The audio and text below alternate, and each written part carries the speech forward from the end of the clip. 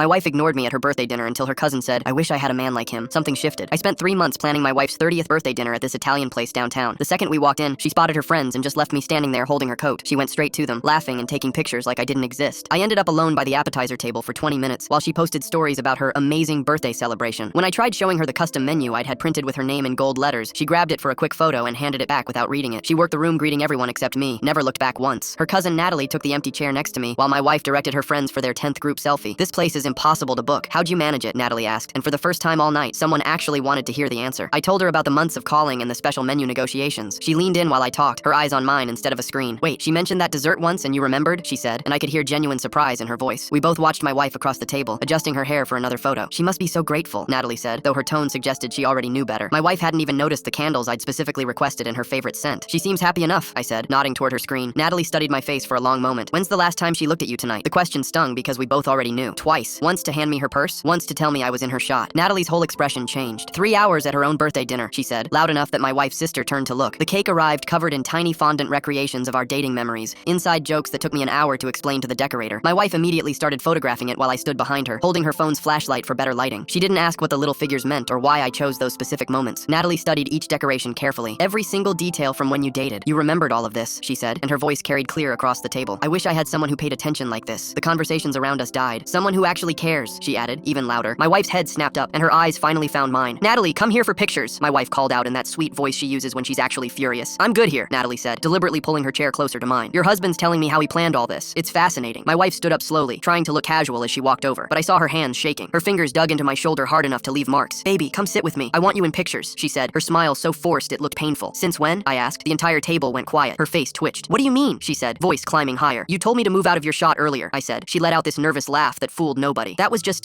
this is our night." She practically shouted "our" like she was marking territory. Natalie leaned back in her chair, swirling her wine. Funny how it became our night the second someone else noticed him. My wife's face went from pink to red to almost purple. "We're married. We don't need to perform for people," she stammered. "No performance needed," Natalie said coolly. "Just basic acknowledgement would work." Our friends were all staring now. My wife's nails dug deeper into my shoulder. "Come on, honey, now." It wasn't a request. She held my hand through the entire dessert course like she was afraid I'd float away. Every joke I made got this exaggerated laugh, and she kept pulling me into photos, arranging us like dolls. Her caption read, "My amazing husband planned the perfect night," which was rich considering she'd ignored that fact until now. Her friends weren't buying the sudden change. Natalie watched the whole performance with this knowing smile. While putting on her coat, she said, "Remarkable shift. From invisible to irreplaceable in 5 minutes." My wife's voice cracked. "I don't know what you mean." Natalie hugged me goodbye and whispered just loud enough for everyone to hear, "You deserve someone who sees you without an audience." My wife scrolled through her camera roll in the car. Hours of birthday photos without me in a single one. "What was that about with Natalie?" she finally asked. "She was keeping me company at my own wife's birthday dinner," I said. She opened her mouth, then closed it. "I was just taking pictures with everyone but me, for 3 hours. At the dinner I planned." Her silence told me everything.